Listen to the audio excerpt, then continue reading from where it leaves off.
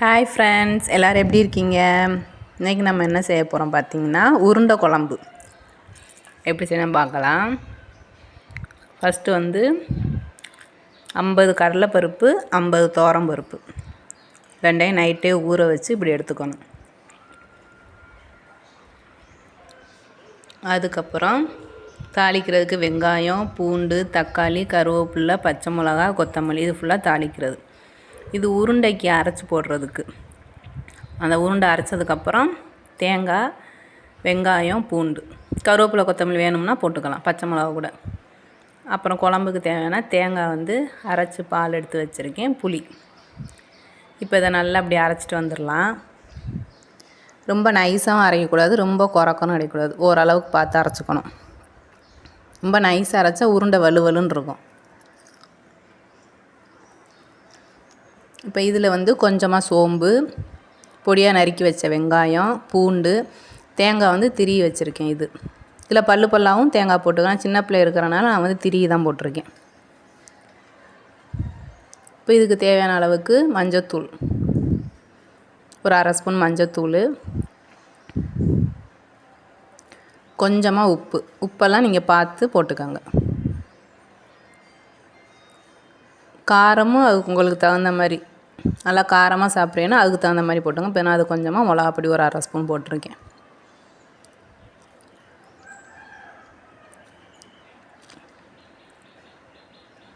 இதில் கருவேப்பிலை, பச்சை மிளகா, கொத்தமல்லி எல்லாமே சேர்த்துக்கலாம், அது உங்கள் விருப்பம். நான் கொஞ்சமாக கருவேப்பிலை, கொத்தமல்லி மட்டும் லைட்டாக தான் சேர்த்துருக்கேன். இந்த அளவுக்கு நல்லா மாவு பிணைஞ்சு எடுத்துக்கணும். பச்சை மிளகா நான் சேர்க்கலை, ஏன்னா சின்ன பிள்ளைய சாப்பிட்றனால உரைக்கும் அப்படின்றனால நான் சேர்க்கலை. இந்த அளவுக்கு நல்லா மாவு பிணைஞ்சு எடுத்துக்கணும்.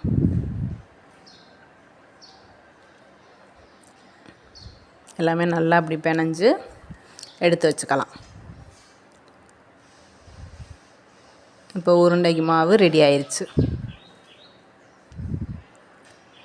இப்போ என்ன நல்லா சூடானதுக்கப்புறம் பட்டை, சோம்பு அது நல்லா செவக்கட்டும். செவந்ததுக்கப்புறம் நம்ம வெங்காயம், தக்காளி எல்லாம் போட்டு வதக்கலாம்.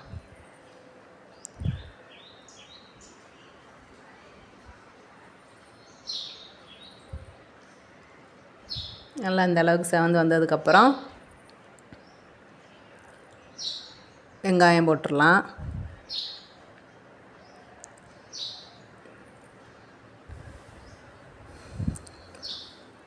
பூண்டு,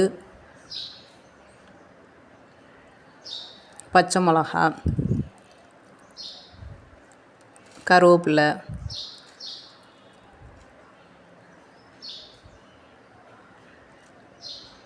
போட்டு இது ஃபஸ்ட்டு அது நல்லா வதங்கட்டும். நல்லா இந்த அளவுக்கு நல்லா வதங்கி எடுத்ததுக்கப்புறம் நம்ம தக்காளியை போடலாம். இப்போ தக்காளி, இது துவரம்பருப்பு, கடலைப்பருப்பு 50 போட்டு ஊற வச்சு இந்த மாதிரி அரைச்சி எடுத்துங்க. டேஸ்ட் உண்மைக்கும் சூப்பராக இருக்கும். ஒரு சில பேர் கடலைப்பருப்பு மட்டும் போட்டுக்கலாம். எப்போவுமே உருண்டை குழம்புக்கு துவரம்பருப்பு, கடலைப்பருப்பு ரெண்டையும் போட்டு தான் ஊற வச்சு குழம்பு வைப்பேன். டேஸ்ட்டு வேறு லெவலில் இருக்கும். கறி குழம்பு மாதிரி இருக்கும், வாசமும் சரி, டேஸ்ட்டும் சரி. கறி குழம்புன்னு சொல்கிறத விட குடல் குழம்பு மாதிரி இருக்கும் டேஸ்ட்டு. நல்லா அந்த அளவுக்கு வதங்கிடட்டும்.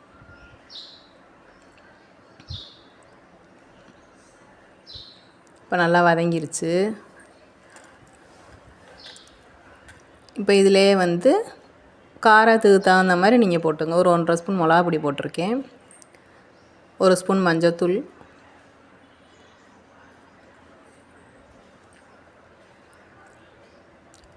அதுக்கப்புறம் மல்லிப்பொடி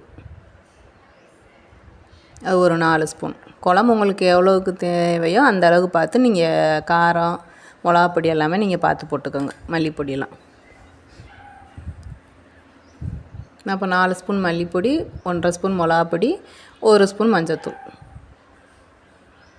இப்போ வெங்காயம் தக்காளி வதங்குறப்பே இதையும் போட்டு லைட்டாக அப்படி ஒரு பெரட்டி எடுத்துக்கலாம். இப்போ நம்ம கரைச்சி வச்சுருக்க புளி தண்ணியை அதில் ஊற்றிடலாம். இதையும் நல்லா அப்படியே ஒரு கிண்டி எடுத்துடலாம். இப்போ தண்ணி நம்ம பார்த்து ஊற்றிக்கணும். இதில் நான் கொஞ்சம் தண்ணி ஊற்றுறேன். இப்போ இது நல்லா கொதித்து வரட்டும். வந்ததுக்கப்புறம் தான் நம்ம வந்து உருண்டையை போடணும்.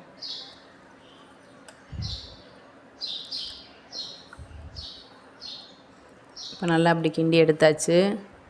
இப்போ கொஞ்சமாக ஒரு உப்பு, நம்ம அதுலேயே உப்பு போட்டிருக்கோம், அது உருண்டைக்கு. இது குழம்புக்கு இப்போ வந்து பார்த்து போட்டுக்கோங்க. இப்போ இதே நல்லா கிண்டி எடுத்துகிட்டு இப்போ குழம்பு வந்து நல்லா கொதிக்கட்டும். குழம்பு இப்போ நல்லா கொதிச்சிருச்சு. இந்த அளவுக்கு நல்லா கொதித்து வரணும். வந்ததுக்கப்புறம் தான் நம்ம அப்படி பிணைஞ்சி வச்சுருக்க உருண்டையை ஒவ்வொன்றா உருட்டி போடணும்.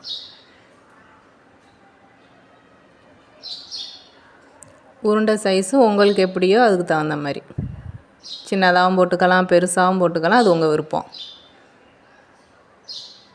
நல்லா குழம்பு கொதித்ததுக்கப்புறம் ஒவ்வொரு உருண்டையாக அப்படி போட்டு எடுத்துடலாம். கொதிக்கலே குழம்பு வாசம் சூப்பராக வருது.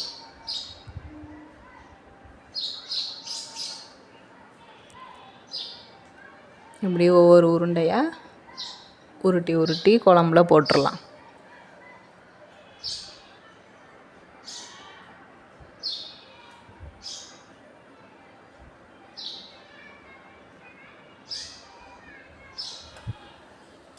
நீங்கள் இதே மாதிரி செஞ்சு பாருங்கள். டேஸ்ட்டு வேறு லெவலில் இருக்கும்.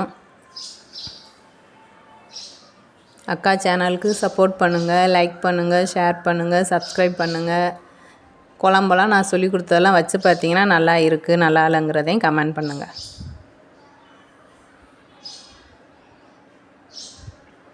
நல்லா இப்போ எல்லா உருண்டையுமே அதில் போட்டாச்சு. ஃபுல்லாகவே எல்லாத்தையும் காலி பண்ணியாச்சு. எல்லா உருண்டையும் உருட்டி போட்டாச்சு. இதில் கொஞ்சம் மாவு இருக்கும். நாங்கள் என்ன செய்வோம்னா ஒரு வடை மாதிரி அப்படி தட்டியும் போடுவோம். இப்போ அதுக்கெல்லாம் நேரமானாலும் எல்லாமே நான் உருண்டையாக குழம்புலேயே போட்டேன். இதை அப்படியே 2 வடை மாதிரி தட்டி போட்டால் அது ஒரு ஆமோட ரெடி. இந்த சாப்பாட்டுக்கு அதுவும் தொட்டு சாப்பிட்டா செம்ம டேஸ்ட்டாக நல்லாயிருக்கும். இப்போ பாருங்கள், உருண்டை எதுவுமே உடையலை, கரையலை, எதுவுமே செய்யாது. நல்லா குழம்பு கொதிச்சதுக்கப்புறம் போட்டிங்கன்னா சூப்பராக வந்துடும் உருண்டை குழம்பு. இப்போ இதை நல்லா கொதிக்கட்டும். இப்போ உருண்டையெல்லாம் போட்டு கொஞ்சம் வேகணும்ல, அதனால் கொஞ்சம் நேரம் கொதிக்கட்டும். இப்போ வந்து நல்லா கொதிச்சிருச்சு. இப்போ நம்ம அரைச்சி வச்சுருக்க தேங்காய், இதில் தேங்காய் என்ன அரைச்சிருக்கேன்னா தேங்காய், சோம்பு, 2 பூண்டு போட்டு நல்லா அரைச்சி வச்சுருக்கேன். இதை இப்போ அதில் ஊற்றி அதே இப்போ லைட்டாக ஒரு கிண்டி கிண்டி எடுத்துடலாம். உருண்டை உடையுமோ கரைஞ்சிருமாப்பிலாம் நீங்கள் பயப்படவே வேணாம். உடையவும் செய்யாது, கரையவும் செய்யாது. நல்லா குழம்பு கொதிச்சதுக்கப்புறம் அப்படியே உருண்டையை பிடிச்சி நீங்கள் போட்டீங்கன்னா உருண்டை எதுவுமே ஆகாது. இப்போ இது லைட்டாக கொஞ்சம் கொதிக்கட்டும், தேங்காய் அரைச்சி ஊற்றுனனால. இப்போ நல்லா கொதிச்சு வந்துடுச்சு. அவ்வளோதான், குழம்பு ரெடி ஆயிடுச்சு. கொத்தமல்லி போட்டு இறக்கி சாப்பிட. பாருங்கள் உருண்டை எப்படி வந்திருக்குன்னு. ஒரு உருண்டை கூட உடையலை, கரையலை, எதுவுமே ஆகலை. கண்டிப்பாக நீங்கள் அக்கா சொல்லி கொடுத்த மாதிரியே ட்ரை பண்ணுங்கள். உருண்டை குழம்பு சூப்பராக இருக்கும்.